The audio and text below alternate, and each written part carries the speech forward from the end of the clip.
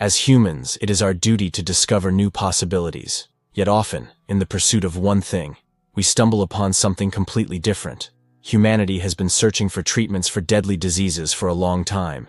But what if the cure turns out to be worse than the disease? The story begins with a famous scientist, Dr. Stephen, who has mastered nanotechnology and invented nanobots, which can not only purify contaminated water, but are also capable of curing deadly diseases like cancer. Dr. Stephen claims that he successfully crafted a molecule-sized device capable of entering diseased cells and transforming them into healthy ones. These devices are programmed to identify and repair diseased cells. Dr. Stephen expresses confidence in his ability to eliminate all defects, imperfections, and diseases from the human body. However, Dr. Norman is not at all pleased with Stephen's attitude, as Stephen's pride in his discovery leads him to compare himself to God. Dr. Norman wants Stephen to follow the rules, guidelines, and testing procedures, because the last time Stephen bent the rules in his favor, he almost lost his job, and the entire department was almost shut down. The nanobots are ready for live animal tests, but the limitations imposed on Stephen's research frustrate him, and he does not have the authority to advance his tests to the next level and apply them to humans. Feeling frustrated, Stephen decontaminates himself and begins working in the laboratory. However, his old friend and co-worker Andy distracts him by congratulating him on his great discovery. Andy informs Stephen that he has come to seek Stephen's blessing. He reveals that he is dating Stephen's younger sister Judy, and they plan to get married within a month. Stephen is very happy to hear this news because Andy is a very nice person. He shows Andy a test tube full of nanobots and explains that the new generation of nanobots is ready not only for animal testing, but perhaps for human testing as well. Andy has had chronic back pain, so he goes to see Dr. Katzman. He believes it could be a muscle strain, but tests show a malignant tumor in his pelvic area. Unfortunately, chemotherapy isn't effective for this type of cancer, so surgery is the only option. However, due to the tumor's size, removing the entire leg and hip area is necessary, and without surgery, he faces death within a year. Andy becomes horrified after hearing this news. Now nanobots are the only possibility that gives him hope of surviving. So the next morning, he meets with Stephen and asks whether animal testing has taken place or not. Stephen explains that the university is sensitive to risks, and they will not conduct tests even on willing terminal patients, as they could lose their funding if something goes wrong. In despair, Andy returns home, where his fiancée Judy notices his nervousness, but interprets it as pre-wedding excitement. She mentions having a dream today, where they were grandparents and meeting their grandchildren on Christmas morning. A woman is happily conversing while indulging in her dreams, and Andy does not dare reveal the terrible truth to her. After thinking and considering thousands of options in his mind, he quietly sneaks into Stefan's laboratory and injects the nanobots into his body. As a result, within 3 days, his cancer reduced by 90%. Even the doctor is surprised because he has never witnessed such a rapid recovery in cancer patients before.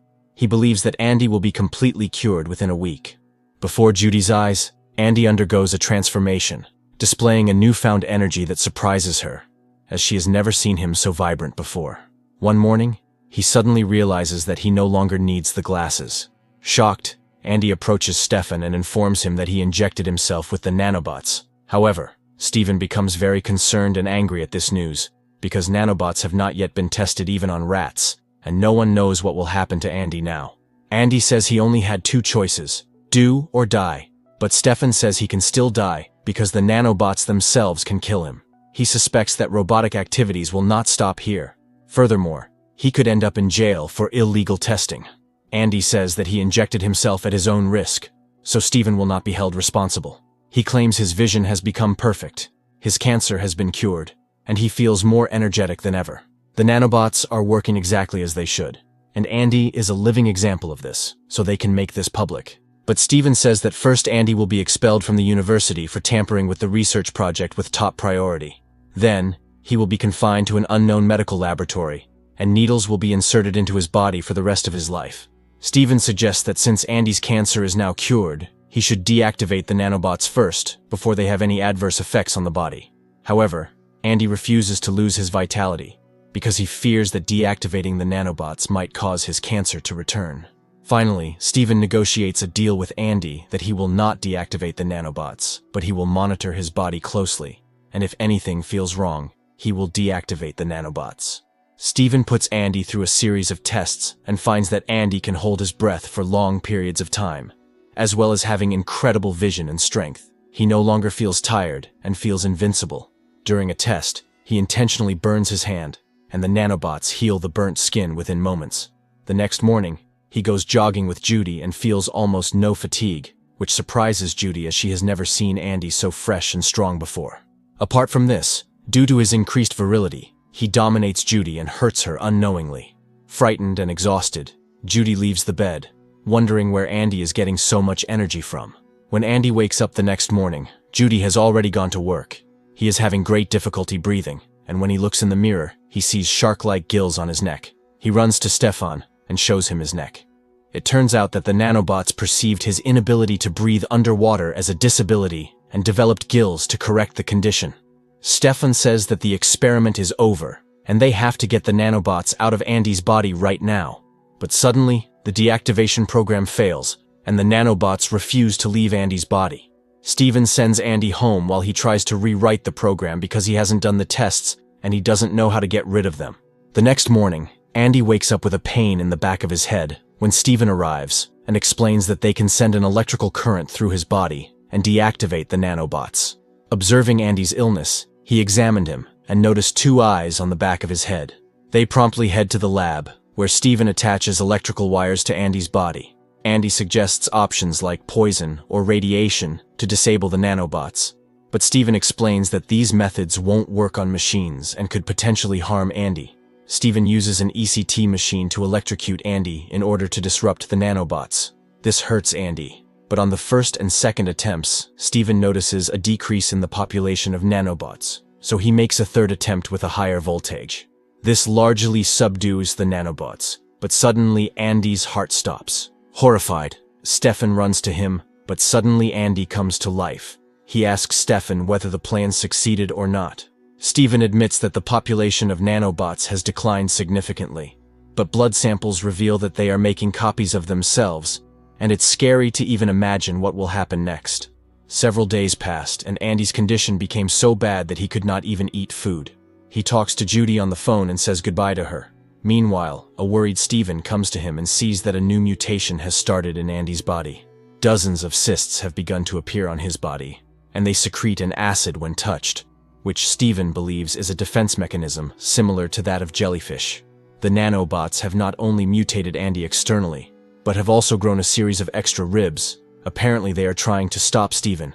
Andy refuses to ask for help from Steven's colleagues because then everyone would know what he did to himself, and most importantly, he does not want Judy to see him as a monster. He admits that he himself is responsible for his condition.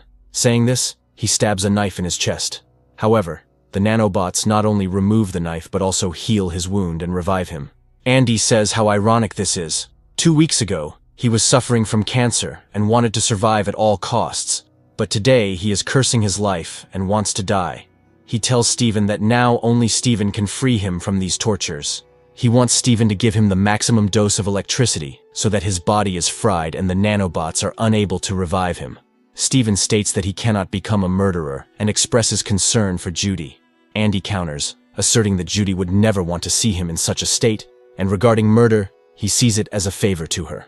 Eventually, Steven agrees and ties Andy to a table. He expresses remorse to Andy, but Andy reassures him that it is not his fault and encourages him to move on.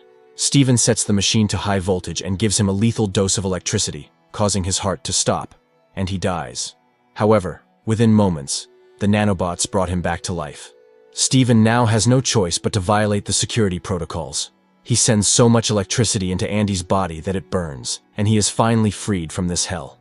Steven says goodbye to Andy's body and destroys the remaining nanobot samples one by one. Additionally, he sets the laboratory on fire, along with all the research papers and evidence. Sometime later, Judy accidentally cuts her finger while picking up her stuff at Andy's apartment, but is surprised as the wound heals in front of her eyes. At the end of the episode, a didactic voice reminds us that over millions of years, man has become the very paragon of animals. But we must take care not to alter what nature has taken so long to forge or risk being burned by the very fire of creation.